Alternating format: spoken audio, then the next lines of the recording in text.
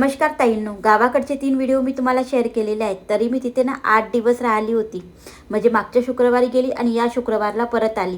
इकडे ना मुलांचा पेपर झाल्या 10 दिवसात रिझल्ट लागत असतो आणि 10 दिवसाचा जो कालावधी असतो ना, तर त्यावेळेस त्यांना 10 दिवसाची सुट्टी होते. परत 1 एप्रिलपासून त्यांची स्कूल चालू होत असते. तर नक्षला तर लवकर सुट्ट्या लागलेल्या होत्या. म्हणूनच आम्ही गावी गेलो, सासरी गेलो आणि तिथे पण काही दिवस राहिलो. म्हणजे मुलांना पण छान असं चेंज होते. आता त्यांचे पेपर झाले, नुसता अभ्यास आणि घर वगैरे पाहून मुलंही कंटाळतात.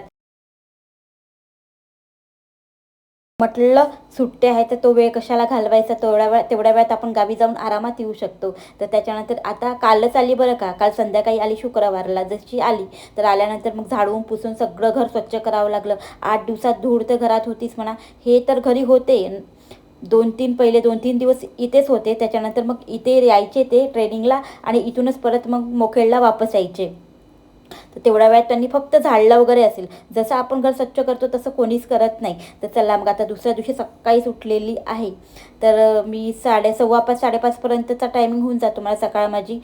काल संध्याकाळी आल्या पूर्ण घर झाडून पुसून काढलं होतं. पण पायऱ्या मात्र राहिल्या होत्या. तर पहिले आता सकाळी उठल्या पहिले झाडल्या पायऱ्या आणि पूर्ण मस्त असं 2-3 बाल्टी पाणी टाकून पूर्ण धुवून काढत असते मी. आता एवढं सकाळी उठली तरी हे पण उठले आहेत बरं का. 2 बाल्ट्या त्यांनी मला आणून दिलं.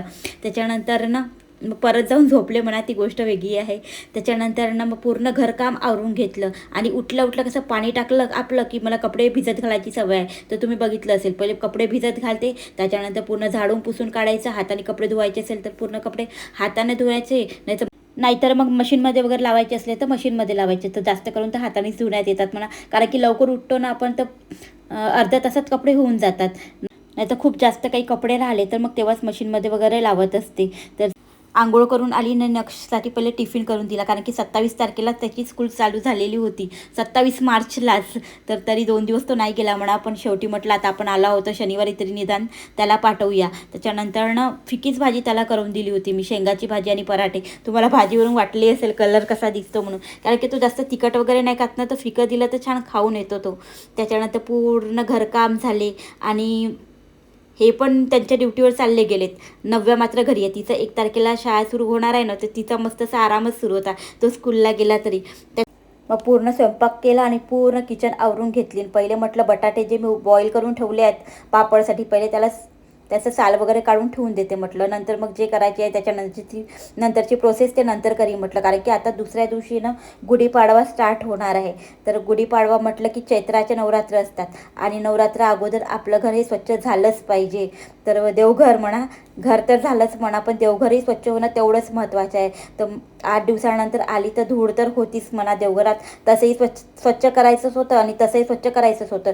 आणि हे स्वच्छ करायला फक्त माझा जो आजचा दिवस होता शनिवारचा, म्हणून मी आजच स्वच्छ करावं लागेल. कारण की गुढीपाडव्याच्या दिवशी मग स्वयंपाक करायचा की देवघर करायचं की पूजेची तयारी करायची, असा ना खूप जास्ती गोंधळ होऊन जाते. म्हणून ना हे जेवढं काही आपलं क्लिनिंगचं काम आहे ना, ते नवरात्राच्या अगोदर आपलं झालंच पाहिजे. तर चला मग पूर्ण देवघर असं स्वच्छ करून घेणार आहे. तसा तर स्पेशली आपला कलश तर देवघरामध्ये असतोच. रोजचं जे काही मंगल कलश आहे तो तर आपण ठेवतच असतो. पण आपण ना नवरात्र जेव्हा चैत्राचे नवरात्र लागतात ना, तर पहिल्या दिवशीसुद्धा आपण कलशाची स्थापना करत असतो. म्हणजे आपल्या कुलदेवीच्या नावाने, आणि प्रत्येकांनीच करायला पाहिजे. तर मग नवरात्राच्या दिवशी तो कलश आपण ठेवायचा ना, तो पूर्ण 9 दिवस ठेवायचा असतो, रामनवमीपर्यंत. आता नवरात्र म्हटलं तरी आमच्याकडे ना या नवरात्राला खूप जास्ती महत्त्व आहे. इकडे MP च्या साईडनी तुम्ही कोणतेही नवरात्र म्हणा, पण ते लोक देवीला जास्त मान देतात.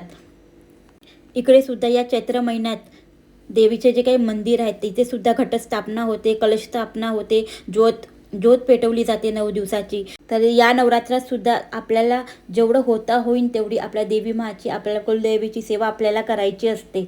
तर चला मग आता मस्त असं देवघर स्वच्छ करून घेतलं, क्लीन करून घेतलं आणि पूजा करून घेतली. आणि कालच नुकती आली होती त्यामुळे ना फुलं नव्हते माझ्याकडे. आता गुढीपाडव्याच्या दिवशी मस्त असे फुलं राहतीलच म्हणा, पण आता वेळेवर संध्याकाळी आली होती आणि घर स्वच्छ करण्यातच टायमिंग चालला गेला होता, त्यामुळे विकत फुलं वगैरे नाही आणले होते.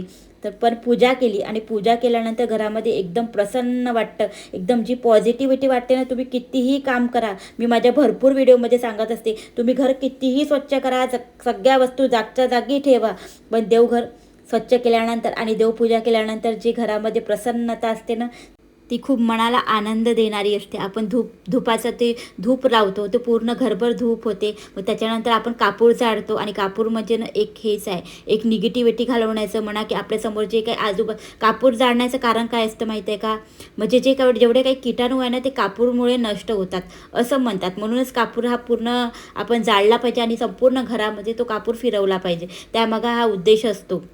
सोबतनं जेवढी काही निगेटिव्हिटी असेल तर ती सगळी ना आपल्या कापडासोबत पूर्ण जळल्या जाते आणि खाक होत असते. तर चला मग त्याच्यानंतर तुमच्याशी बोलता बोलता जेवढे काही बटाटे आहेत ते पूर्ण किसून घेतले आणि आज परत मी आलूचे आणि साबुदाण्याचे पापड करणार आहे.